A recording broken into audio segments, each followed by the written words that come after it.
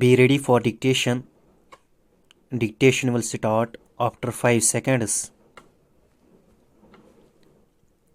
Start.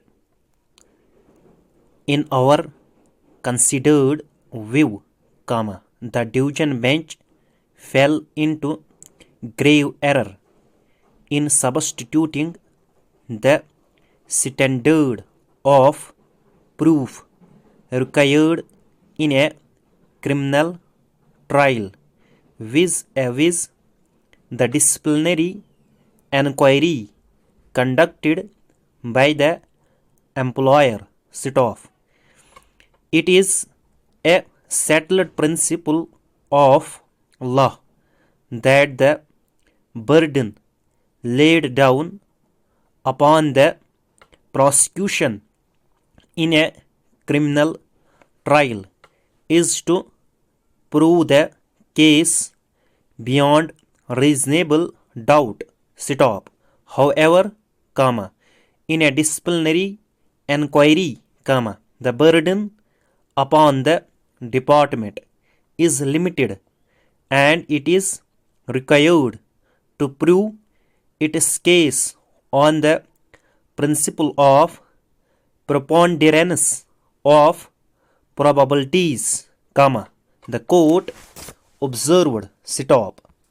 The court added that while holding the disciplinary inquiry against the employee, it is not necessary for the disciplinary authority to deal with each and every ground raised by the delinquent officer in the representation against the proposed penalty, and detailed reasons are not required to be recorded in the order imposed punishment if he accepts the findings recorded by the enquiry officer.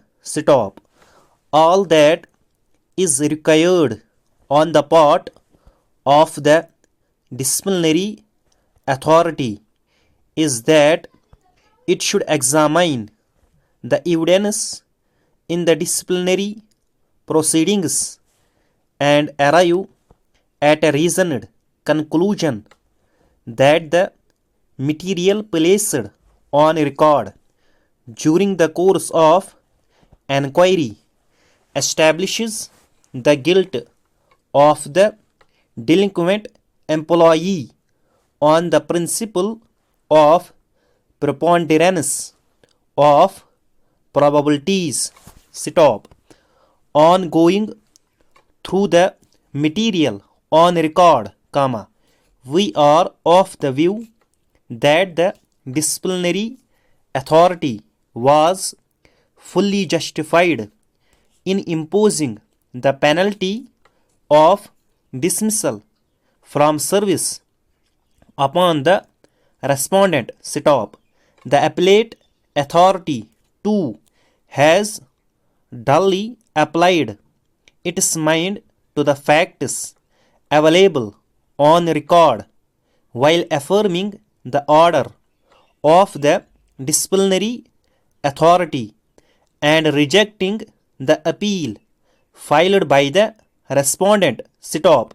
These two orders have rightly been affirmed by the learned single judge of the High Court while dismissing the writ petition filed by the respondent. The judgment dated 29th June, 2011 rendered by the learned single judge is well reasoned and unassailable, the court held. Accordingly, the appeal was allowed. Dictation ended.